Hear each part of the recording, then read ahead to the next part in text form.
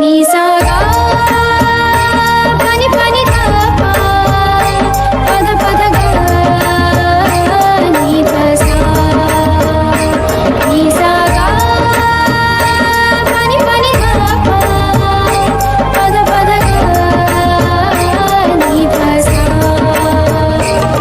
ही गाथा अस्तित्वाची शौर्याची पराक्रमाची ही गाथा अस्तित्वाची शौर्याची पराक्रमाची या मातीमधल्या कणाकणातील मौल्यवान रत्नांची या मातीमधल्या कणाकणातील मौल्यवान रत्नांची कर्तृत्व इथे गगनाला भिडे परिमोल जाणून ठेवू व्यक्तिविशेष नमस्कार. Radio MPSC Guru spreading the knowledge powered by spectrum अकॅडमीमध्ये तुम्हा सगळ्यांचं स्वागत. मित्रांनो, आपण व्यक्तिविशेष या सत्रामध्ये साहित्य, कला, क्रीडा, विज्ञान, तंत्रज्ञान अशा सगळ्या क्षेत्रांमध्ये ज्यांनी स्वतःचं असं नाव इतिहासात कोरलं आहे अशा व्यक्तींचा परिचय करून घेत असतो. आज आपण मराठी साहित्यातील कवी राजा बढे यांच्याविषयीची माहिती या सत्रात घेऊया. जय जय महाराष्ट्र माझा हे गीत तुमच्यापैकी कोणी ऐकलं नसेल असं कोणीच नसेल. जय जय महाराष्ट्र माझा, कळीदार कपुरी पान, चांदणे शिंपीत जाशी अशा दर्जेदार काव्यरचना करणारे कविवर्य राजा बढे यांच्याविषयीची आज माहिती घेऊया. राजा बढे हे नावाप्रमाणेच राजा माणूस होते. राजा बढे हे नामवंत गीतकाव्य आणि भावकाव्य लिहिणारे कवी होते. रुबाबदार प्रसन्न व्यक्तिमत्व, राजस छबी, कुसुम कोमल भावनांना शब्दबद्ध करणारा, कोमल वृत्तीचा हा प्रतिभासंपन्न कवी, पण मनात देशभक्तीचा स्फुल्लिंग सांभाळणारा कवी म्हणजे राजा बढे. आजच्या पिढीला कदाचित राजा बढे हे नाव सुद्धा माहीत नसेल, परंतु ज्यांच्या गीतांची सुदैवाने चिरफाड न होता त्यावर रिमिक्सचा मुलामा चढलेला नाही अशी गीते राजा बढे यांच्या नावावर आहेत. राजा बढे यांचा जन्म 1 फेब्रुवारी रोजी नागपूर या ठिकाणी झाला. त्यांचं प्राथमिक शिक्षण छिंदवाडा येथे तर माध्यमिक शिक्षण नागपूरच्या टिळक विद्यालयात झाले. 1935 मध्ये त्यांनी मॅट्रिकची परीक्षा उत्तीर्ण केली. पुण्याच्या दैनिक सकाळमध्ये संपादकीय विभागात त्यांनी नोकरी केली. नागपूरच्या दैनिक महाराष्ट्रामध्ये 1 वर्ष ते सहसंपादक होते. त्याचवेळी वागीश्वरीच्या संपादक मंडळातही बढे कार्यरत होते. पुढे साप्ताहिक सावधानमध्ये मावकर भावे यांच्यासोबत त्यांनी कार्य केले. या दरम्यान कॉलेज करून पदवी मिळवण्याचा प्रयत्न अपुरा राहिला. त्यांनी बरचसं स्फुटलेखन कोंडिबा या टोपण नावानं केलं. वयाच्या 17-18 वर्षापासूनच ते कविता लिहू लागले. नवकवींच्या काव्यसंग्रहात राजा बढे यांच्या कवितांना विशेष स्थान असे. ओहोळ हा त्यांचा पहिला काव्यसंग्रह. कवितांची आवड जोपासणाऱ्या बढे यांनी आई वडिलांच्या निधनानंतर मोठा भाऊ म्हणून लहान भावंडांची जबाबदारी, पालनपोषण यातच सर्वस्व मानून स्वतः अविवाहित राहिले. 1940च्या आसपास चित्रपट व्यवसायात त्यांनी प्रवेश केला. सिरको फिल्म्समध्ये 2 वर्ष काम केले.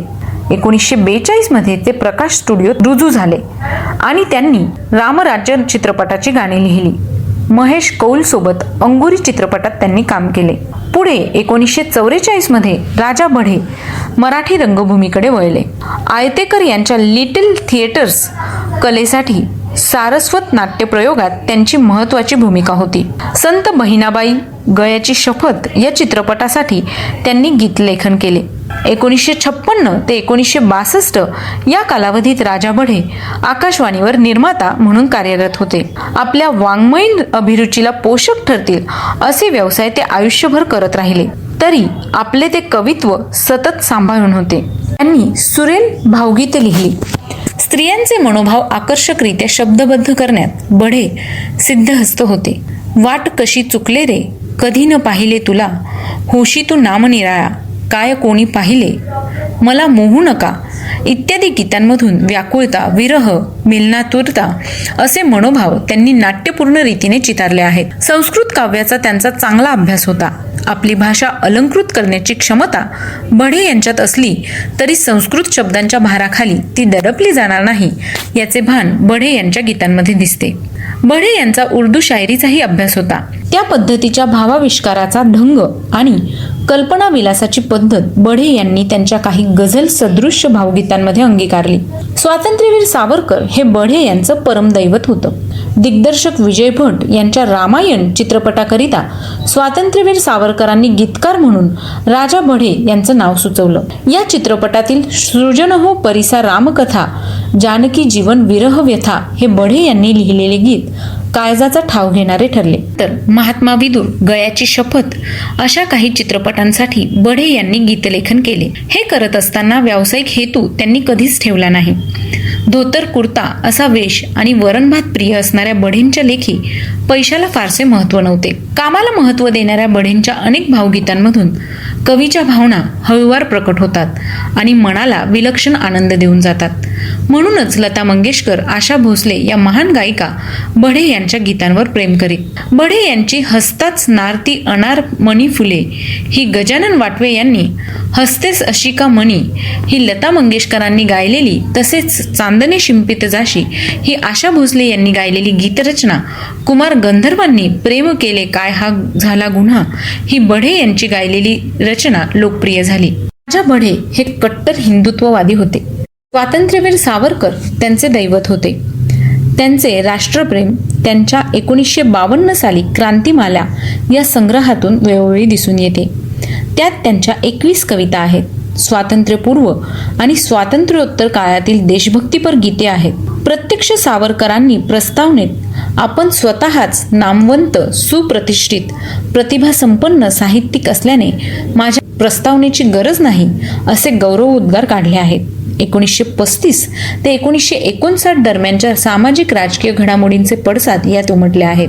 घडू दे पुन्हा एकदा भारत मधून सावरकरांच्या दिव्य देशभक्तीचा गौरव केलेला आहे. 1964 मध्ये मुंबईत बढे यांच्या पुढाकाराने प्रथमच कथाकथनाचा कार्यक्रम झाला. या कार्यक्रमात पु ल देशपांडे आणि गदिमा यांनी प्रथमच कथाकथन केलं होतं. मुंबई आकाशवाणीवरच्या नोकरीनंतर बढे यांनी छोटे छोटे माहितीपट करून दिले. नंतर बंधू बबनराव यांच्या मदतीने त्यांनी स्वानंद चित्र ही संस्था उभी केली आणि रायगडचा राजबंदी हा छत्रपती संभाजी महाराजांच्या जीवनावरील चित्रपट काढला. गीत, गझल याप्रमाणे चारोळी हा रचना प्रकार बढे यांनी हाताळला. कोंडिबा हे टोपण नाव वापरून काही राजकीय वात्रटिका त्यांनी लिहिल्या. या मुंबईच्या विविध वृत्त साप्ताहिकातून प्रकाशित झाल्या होत्या. राजा बढे केवळ कवी नव्हते. काव्याखेरीज किती रे दिन झाले ही पत्रमय कादंबरी, स्वप्नगंधा, चतुर किती बायका, ही रात सवतबाई, पेच प्रसंग, अशी गंमत आहे अशी 5 नाटकं त्यांनी लिहिली. तरीही बढेंची ओळख कवी म्हणूनच कायम राहिली. गरजा महाराष्ट्र माझा हे महाराष्ट्र गीत म्हणजे कविवर्य राजा बढे यांच्या काव्य प्रतिभेचा परमोच्च बिंदू होय. 1960 मध्ये संयुक्त महाराष्ट्राची घोषणा झाली. या विजयानिमित्त बढे यांच्या या रचनेची ध्वनिमुद्रिका HMV कंपनीने तयार केली.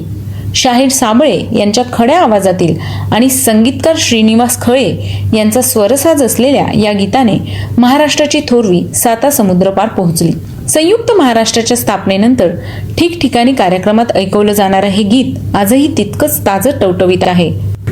तर मित्रांनो, तुम्हाला ही माहिती कशी वाटली याविषयीचा फीडबॅक आम्हाला नक्की द्या. पुन्हा भेटूया उद्या व्यक्तिविशेष या सत्रात. तोपर्यंत मी प्रिया तुम्हा सगळ्यांची रजा घेते. ऐकत रहा radio MPSC Guru, spreading the knowledge, powered by spectrum academy. Company सुरू केली होती. ती आज जगातील सर्वात प्रभावशाली आणि महाबलाढ्य सॉफ्टवेअर कंपन्यांमध्ये गणली